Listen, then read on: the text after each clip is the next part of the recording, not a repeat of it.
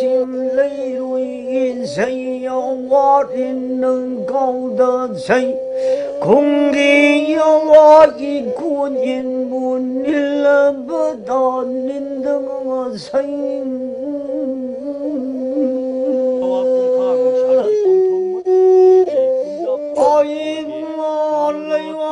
Miyoibagi awa nungai afafata phangliba mahi punamak laigi nongdamni laibakna tambani haina miyoibana launai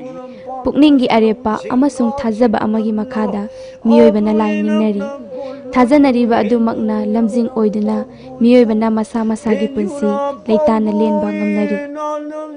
korong masi wangban manawi kasala nangi khaba purai romba purangla kaba khomro teba khomro ti halwaiba thongnang nani longba phengai lei tumdumi numunu i awang ko bu supa lamlen ta tubi khong yarak ti gisin ramami di wa sheni asamum di wa kan i ning thau sorare marikpi marikpa sangkhomba ibel si trai khondai bi ase masa haibi nang simbi sabiyo ha sabit lejra chinda tunbi Chinguna dumna chincha koyungna thawlang ang bani khanan chabam maram chamagani Malem asida leiriba miyoibana kanglup khaiduna khunai amad lingnaba honabada hingbada changdraba yadraba punsigi lichat kanglonda lining lichat asisu yamna maru oiba ama oiribani miyoiba khudingmak magi aningba apamba amasung thajanabagi matung inna kanglupki oiba wakhal tinaba matung inna tongan ba lining lichat chatnari leinari loinana yumling khulingduna hinglakli makalak bana mai gai mani ngak bat lai sungai nin pan pu bat lai chingul lai am punang pu chingul lai tai naram ni khoyum lai am punang pu khoyum lai tai naram ni asumna lamlen maitai lebak asidasu mehurol degi yumling khulinduna lerak ngai degi maitai khunagi oiba ipa ipu singna thajaramba chatnaramba lining lichat lonchat atei degi tadana adumak lerakli Maitai khunagi punsida tana thana banaidana irat thongni tawduna sagonaduna loinaraklaba laidi lining thawsana mahi imalai marel amasung imoinu ahongbi ahum asini Maitai natki atai lai singdi irat thongni tawrabasu mafam matam naina itop topna pangthoknai sagonana khaklatnadi adubu hairiba lai ahum asigidi yum amabu badi sagonana soidanamak khubam yadana thamnai adugi sumathakta numit khudingi soiba naidana mairana chingba kattuna irat thongni tawnari kuntak manin naina nungsup nungpokian au yek tana tarit ni salai mapan mangi magi na thaukan khoyum lalung kabat numilla sidiya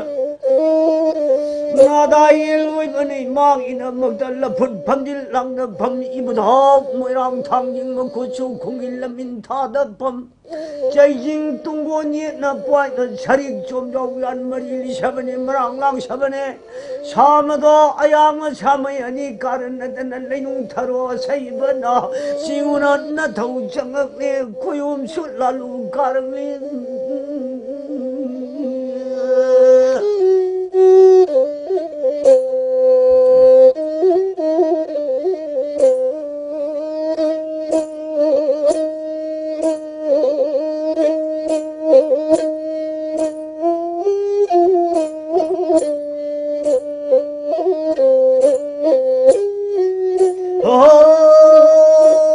Maitaina yum amabuling labadi santhong thangba haibadi moirang laiji kachinda lining thawsana mahigi khubam yai mayai thangba kagi nak tharomda leimarel sidabigi khubam yai leimarel kagi mayai maktada yumgi yanglen mapa sana phunga me phamlingnai phunga mai phamdagi lining thawsana mahi karomda khudol ani ahumdang changsinba mafam adubu aruba laigi mafam ni haibegi phunga lairu haina kaungnai mafam aduda lairiba aruba lai haribasi imoinu lairing bibuni imoinu gi laifam ni haibegi lairu haina kaungnai maitai lining lonchak ki thajana bida imoinu ahungbi hairibi ima sidagi hena luba lairing bi ama leitre haina thajanai maitai nat ki oiba lai singi manungda lining thodana sanamahi lairem bidana imoinu ahungbi ani asina ख्वाइदगी मरु ओइ हाइना थाजनै खुदम ओइना पल्लबदा पामहैबा गर्वनिवास सना हक्तक्तगी मैतैना हिंदू धर्म लौकी रामांदी धर्म विष्णु धर्म मथंग मथंग होंगलकपना हौजिकना गौर धर्म चटली चही चहुमरोम लिसांग सिटना हिंदू धर्म चटलबा फावबदा Meitei सिंगना yum अमा लिंगलबदी Sanamahi लैमरेल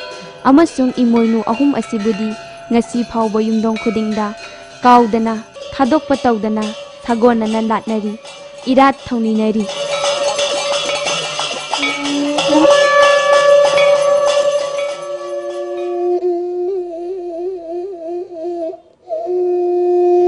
maitaina imoinu ahongbi lairembibu irat thauni tawba horakhibasi kaya yamna kuidabagi karamba matamdagi hokkibagi haibagi maramda chap chana haiba ngamdrabasu maitegi ariba lairi puya kayada asumna iri maitai pare lebak asida pankhiba ining thau salambana khuman lebak tegi imonu lorubagi wari chauna panbe yai aduga amukshu lebak asida pankhiba ining thau khunjau bagi sana haktakta putang patang sinna chanaraklaba imonu latbagi thorambu sagol paujel thaduna lebak sinba thungna chauna pangthokpa hokhiba simasu panbe yai ngasi wagjeng tarani thoni panba haiba numit asida laiba asigi iram asida imoinugi ira thoni ba haidana kangdana chatnaba hore masi yelongai gi matamdadi haiba numit asimakta akaknana tarani thoni panba wagjeng asida tawgadobuni haibagi chapchaba lainaramdi mamangai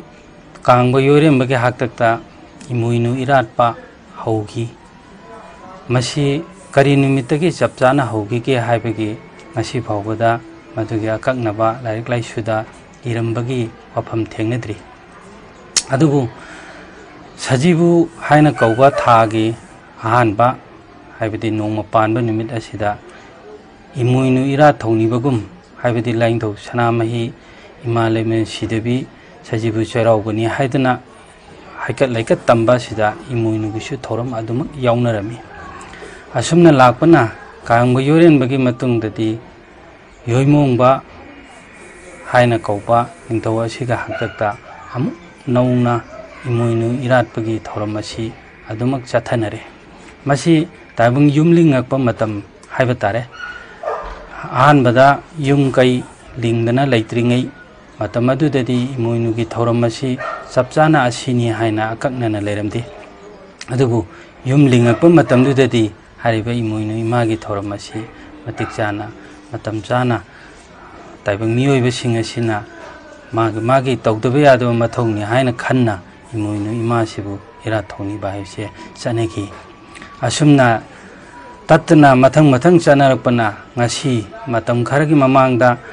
kaunaruraba thadoknaruraba iratpagi thoram ase ngasi amuk nahungnana poiricha singsina wagjing tarani thoini panba sida tangai phadana tawdaba yadabani haina khannadana ngasi leba asida tatpa naidana kangba naidana miyam khudimangna hongnare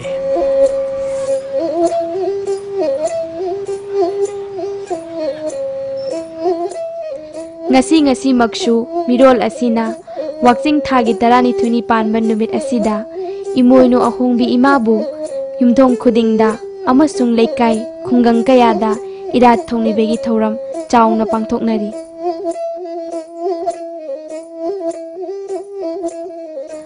wagjing gi tarani thoni panba numit asida imoinu irat pa pangthokpagi nunggi oiba wakhallondi asumna panbe yai maitegi maru oiba sinphamdi lau singubani poinu thada loktuna karakpa phau adu phaugai kotta haijillaga wagjing tha chupna khaidoktana thami maitaina wagjing da kottagi phau khaidoknadi wagjing tha chupna liduna thamliba phaugai adu tha asigi tarani thoni panbada len thumgi mabema oiribi imoinu ahongbibu latuna phaugai langai sing asibu lepa laitana laushinbiyu amasung awat apana henbigenu haiduna thajaba amaga loinana irat thongni pangthokne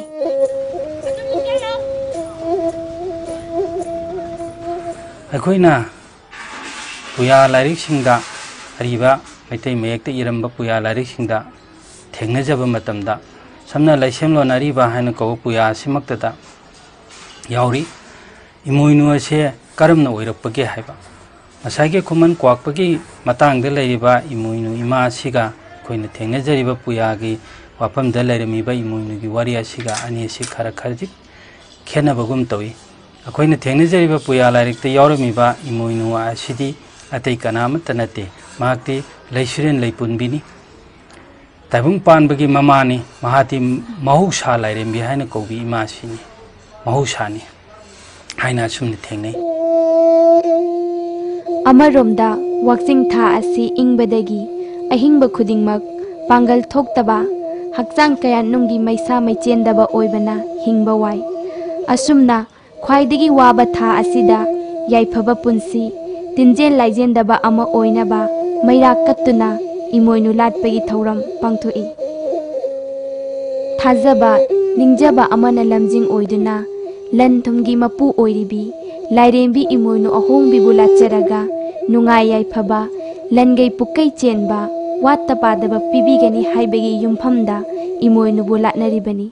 ꯊꯥꯖꯕ ꯑꯗꯨꯕꯨ ꯀꯥꯏꯗꯅ ꯆꯦꯠꯅ ꯅꯤꯡꯂꯕꯗꯤ ꯑꯐꯕ ꯃꯍꯩꯁꯨ ꯁꯣꯏꯗꯅ ꯑꯗꯨꯃꯛ ꯐꯪꯅꯩ ꯃꯤꯠꯌꯦꯡ ꯑꯃꯗ ꯏꯃꯣꯏꯅꯨꯒꯤ ꯈꯨꯕꯝ ꯑꯣꯏꯔꯤꯕ ꯐꯨꯡꯒꯥ ꯍꯥꯏꯕꯁꯤ ꯃꯃꯥ ꯃꯄꯥ ꯑꯣꯏꯕꯁꯤꯡꯅ ꯃꯆꯥ ꯃꯁꯨꯁꯤꯡꯕꯨ ꯌꯨꯝꯕꯥꯟꯂꯣꯟ ꯇꯝꯕꯤꯕꯒꯤ ꯃꯐꯝꯅꯤ ꯉꯁꯤꯒꯤ ꯃꯤꯔꯣꯜ ꯑꯁꯤꯅ ꯏꯃꯣꯏꯅꯨ ꯑꯍꯣꯡꯕꯤ ꯏꯃꯥꯕꯨ ꯃꯩ ꯊꯥꯟꯗꯨꯅ ꯃꯐꯝ ꯂꯩꯀꯥꯏ ꯂꯩꯀꯥꯏ ꯈꯨꯗꯤꯡꯗ ꯆꯍꯤ 10-20 ꯑꯁꯤꯒꯤ ꯃꯅꯨꯡꯗ ꯀꯨꯝꯍꯩ ꯑꯣꯏꯅ ꯂꯥꯠꯅꯔꯛꯄꯁꯨ ꯍꯧꯔꯛꯂꯤ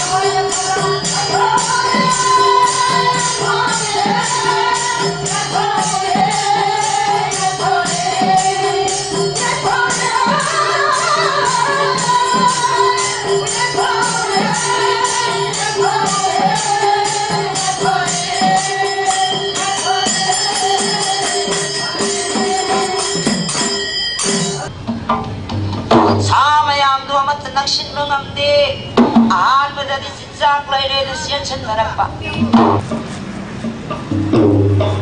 하세와 앞비카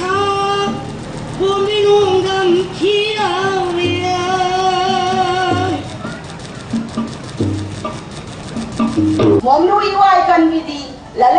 bi mana thojalal pubiram diye yeng jeng long mam me sukna yeng bi me jeng khana yeng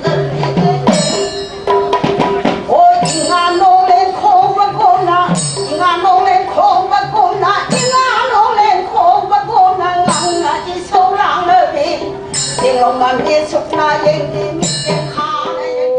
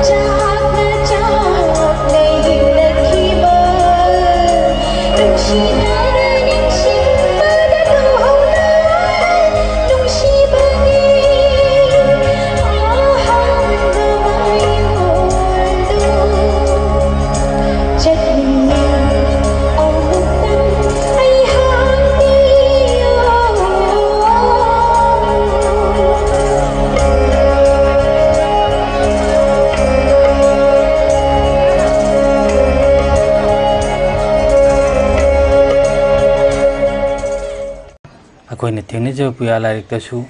ꯍꯩꯕꯤ ꯏꯃꯣꯏꯅꯨ ꯍꯥꯏꯅ ꯀꯧꯕꯤ ꯏꯃꯥ ꯑꯁꯤ ꯃꯍꯧꯁꯥ ꯂꯥꯏꯔꯦꯝꯕꯤꯅꯤ ꯃꯍꯥꯛꯇꯤ ꯂꯩꯁꯤꯔꯦꯟꯅꯤ ꯂꯩꯄꯨꯟꯕꯤꯅꯤ ꯂꯥꯏꯁꯦ ꯏꯁꯤꯡꯗ ꯏꯔꯦꯜꯅꯨꯡꯗ ꯂꯩꯔꯒ ꯃꯍꯥꯛꯁꯦ ꯏꯈꯩꯔꯦꯜ ꯅꯥꯃꯨꯡꯕꯤ ꯍꯥꯏꯅ ꯀꯧꯏ ꯍꯥꯏꯅ ꯊꯦꯡꯅꯩ ꯁꯦ ꯇꯥꯏꯕꯪ ꯁꯃꯨ ꯍꯛꯆꯥꯡꯗ ꯏꯔꯩꯃ ꯍꯥꯏꯅ ꯊꯦꯡꯅꯩ ꯏꯔꯩꯃ ꯍꯥꯏꯅ ꯂꯥꯏꯁꯦ ꯏꯔꯦꯜ ꯄꯨꯡꯗꯁꯨ ꯃꯍꯥꯛꯄꯨ ꯏꯔꯩꯃ ꯍꯥꯏ ꯁꯃꯨ ꯍꯛꯆꯥꯡꯗꯁꯨ ꯏꯈꯩꯔꯦꯜ ꯅꯥꯃꯨꯡꯕꯤ ꯍꯥꯏꯅꯁꯨ ꯄꯜꯂꯤ ꯑꯁꯨꯝꯅ ꯁꯦ ꯂꯟꯗ ꯂꯩꯔꯦ ꯃꯍꯥꯛꯄꯨ ꯂꯟꯂꯩꯃ ꯍꯥꯏꯅ ꯀꯧꯏ ꯋꯥꯠꯇ ꯄꯥꯗꯕꯤꯅꯤ ꯃꯍꯥꯛꯇꯤ ꯑꯆꯤ ꯇꯠꯇꯦ ꯑꯔꯩ ꯀꯥꯡꯗꯦ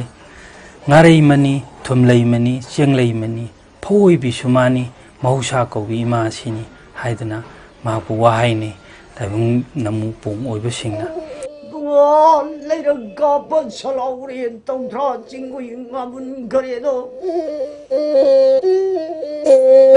wangbren masu mang nainu ngali pongtak bajekdi kari chengna pongtak le biama kadar laira bagi mamum loi charan dienoi majam sore bu chingdu da talat chong thoi bu tung pamel wang thoi bu tung ga inu bar singkung te ya ka kai rang le imao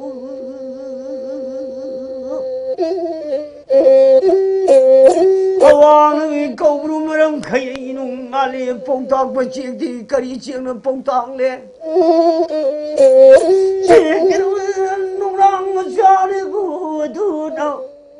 Amaromda wakching thagi tarani thuni panba numit asida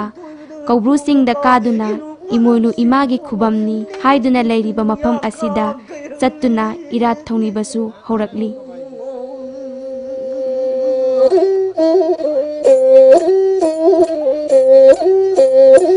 Masigi 이막 있는 더욱한 놈이 고용 라lun가버 놈이 러시디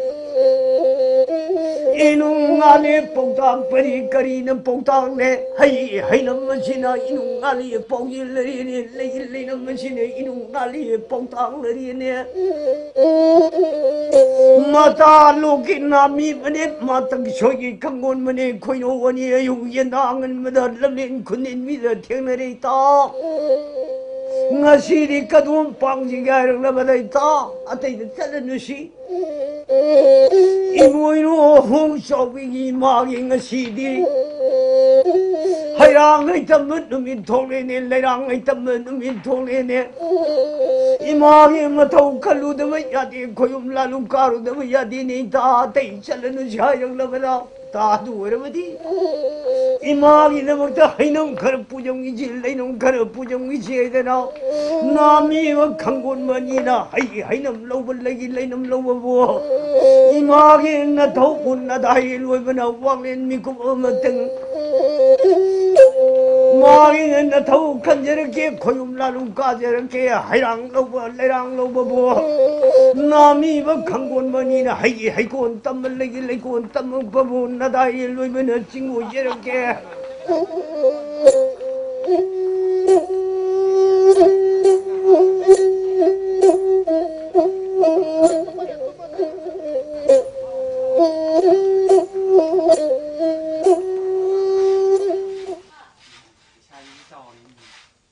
Numit asida magi oiba nga chak kaithel dagi leiduna aphangba leijaba ngamjaba insang napi athen pot heira amasung mai katuna irat thoni basu imung ayambada chatnari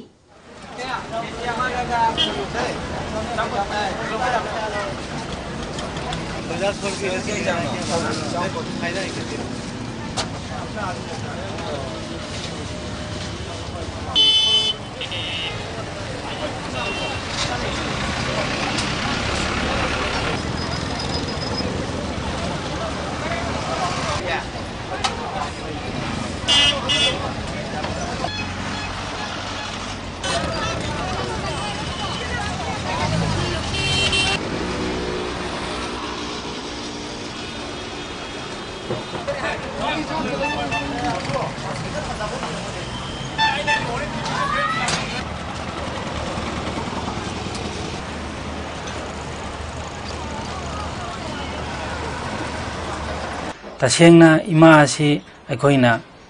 taibang miyoiba ama oina yenguba matamda hiram khudingmakta ima se changdaba yadaba haidi taibangna hingbada yaugdaba yadaba hingbada changiba polam charam che chanabagi thangnabagi ningsha honbagi tauriba pangangi hek khudingmak mangna ida tongi isingda tongi maida mabu maisanu bihai taibang da maisa piri chana thaknabada hingnabada khudingmakta ima si yaugdaba yadi haibagi damang taibang aikoina haidi poire lamdam asigi iramdam asigi inatpu laining laison chatliba ipanat ipunat pu nungsijariba irupija sing ahlaman singna ma asibu tangai phadana tawdaba yadaba ithau ama oina mapu lataba yadabani khwaidagi lubani magti lairuni hai leisiren leipunbini haina asumna khannadana ngasi bawda yelongai dagi tatpa kangba leitana imai khobam tawnari Imoinu ahong BSC pukai langegi mapu oiribi lairembi lalaimani taibang panda lairiba hingba siba nairiba posak punamak haibadi mi sa uche tinkang leng otpa ngamdaba pambi sing punamak asi hingbada changliba pochak punamak lanni ahingba ama oibada mai ising nungshit chinjak changi adugumna pochak punamak piduna thawai panba punamak pu hinganduna yoklibini haina maitaina ningnariba laini imoinu ahongbi imabu amukshu taibang panda lairiba punamak pu puthok-libidi mahausa lairembi laimarel sidabini mahausa lairembina puthok-liba pochak singbu sungdok haidoktuna mati makong khandoktuna thawai panba singi hingbada changadaba machang machi oiba saruk lauraga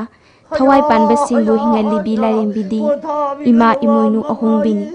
asumna samna hairabada imoinu ahongbi imabu irat thongni lamben asida kupthana nainarabadi madugi kanaba mahidi maitei oiro malemda leiriba miyoiba khunai tagi oibata natana malem asida hek leiriba punamakki oigani